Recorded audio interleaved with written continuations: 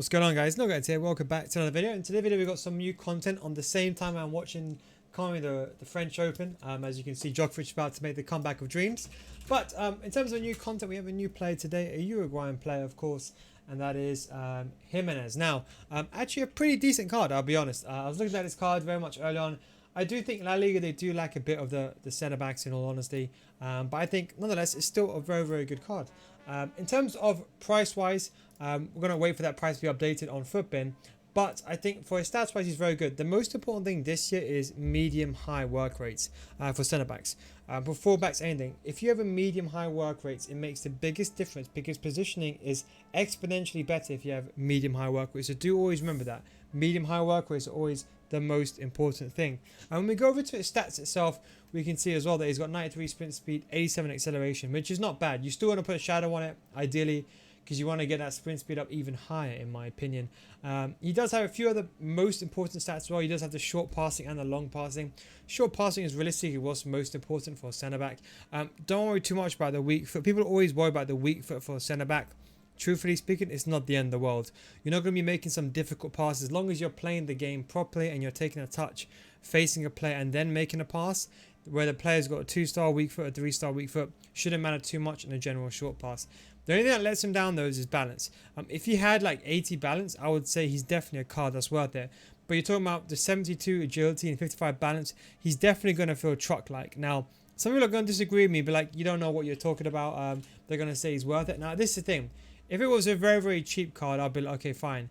84, 83, and 85. So not the most cheapest, but that's the thing, you know. Your argument is he worth it? I would say no, because the balance is just too low. It doesn't really matter at the end of the day.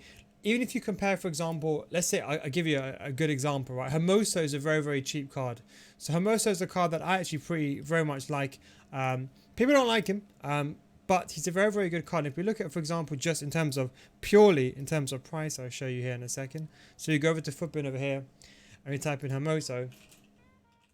You can see purely for price, for someone that's very, very cheap and get the job done. I think he's got the balance. But then if you're looking for kind of a mid-tier player, one that's a team and season worth player, I would say Koundé is an even better value card. A bit more, but at least with Koundé you do have the better agility and balance.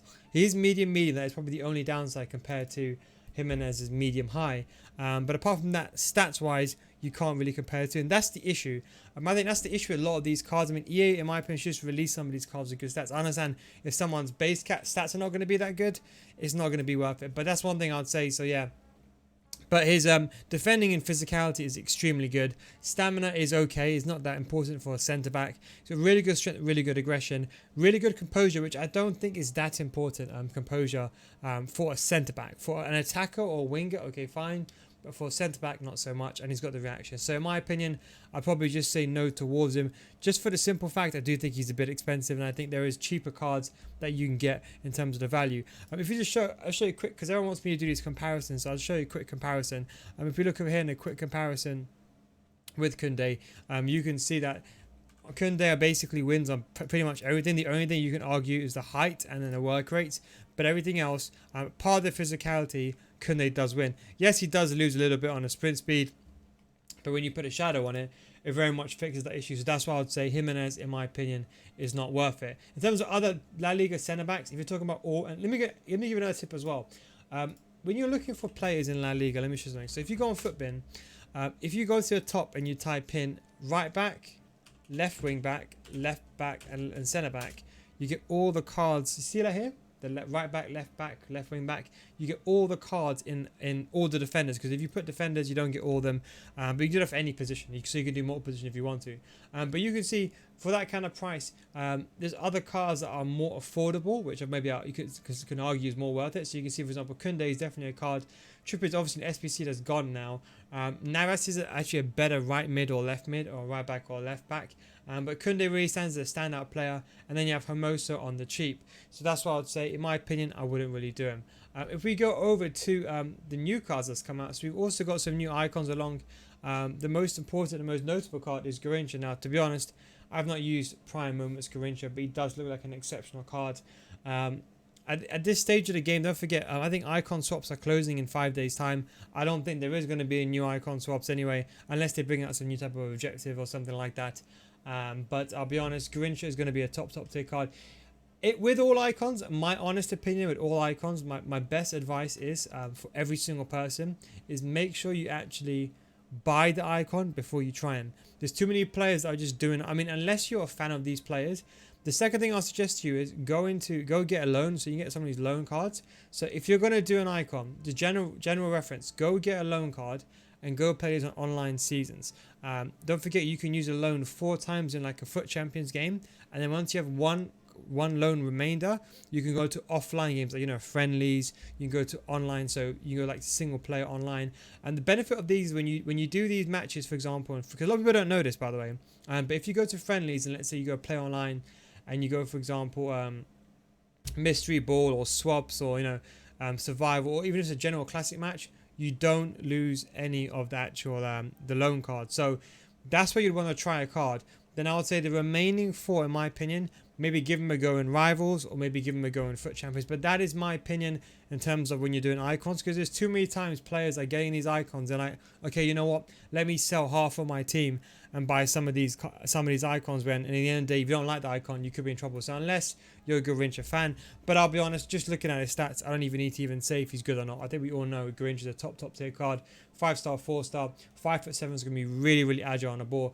Really good sprint speed, good finishing, got good agility and balance, good stamina.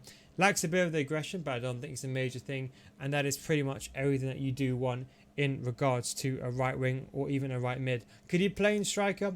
Could probably get the job done. It's got outside of foot shot trait, so you could probably play in the striker. I'd probably go with either a finisher or a hunter. It's a bit debatable. Maybe you could argue. I would say, personally speaking, I would just go with a hunter, just simply because in fact, the 2.6 million is the prime moments cost. It's not that much cheaper anyway. But I'll go with a hunter just to get his finishing up and then get his sprint speed up. But you could, hunter, but you can go with a finisher if you wanted to get his agility and balance up. But I think his hunter is fine. If you are going to go towards the Gimenez card, which again, I really wouldn't recommend, but if you are going to go towards it, I'll say definitely put a shadow on him. You definitely want to get his sprint speed up, but again, I'll completely advise not doing him. And that is pretty much it for the content. I don't think there's really anything else in terms of these other. In terms of these other cards, I didn't really go through them. I can quickly go through them now if you want me to. I didn't make a video. Forenzi is actually not a bad card. High. A good centre mid, box to box player. And I think for the price that he is, I don't think he's that much of a killer. However, these cards all are very much dependent on how far these cards go. But 400k, it's not that bad. His finishing isn't the best, but as a left wing back, right wing back, left mid, right mid, centre mid, universal player, he's completely fine. Goetze, I probably would. If you're going with a Bundesliga team, I would say why not. If you're going to go for the German links, otherwise you do need the Eredivisie links. But if you've got like a German team, like you got some like the Urzels or whatever you had early on, you could probably link him on 8 chemistry. Jota looks like a really good card. 5-star weak foot, of course. This is one of the few cards in the Premier League. The only downside about him, I would say, is that maybe his finishing isn't the best, but isn't as high as you want it to. Because you still need to put a hunter on him. But I think he's got a 5-star weak foot. It's not the end of the world. It's still a really good card. There is a debate whether some other few cards are better. I can only think of maybe like Son, that's really on the same level as him. So I think definitely one of the best strikers in the Premier League. But I still prefer to put a finisher on most of my cards up front. That's just me personal preference. And I think that is pretty much it in terms of those cards. So yeah, I would say Jota, I would say worth it for 300k. Actually, I thought it was 500k. For 300k, I think he's very much worth it. I think he's definitely a top tier card. He's got the agility, balance, got everything you really want. So if you're going for a Premier League team. And also, there's the Jota card. I wanted to say one thing. He does link to that Nani card. So if you did have an Renato Sanchez SPC, or you have someone that kind of like what I have, I was considering, for example, getting Jota and playing him over here in right wing and maybe selling a towel. Because I think he's a link straight away to Ronaldo. And I got Crespo, which I don't even use. I just basically use him as a placeholder. But as Djokovic is about to go into the 5th game and about to go 40 love ahead, 5-3 ahead, I'm going to end it there. Thank you very much for watching. Take it easy and I'll catch you next time. Peace out.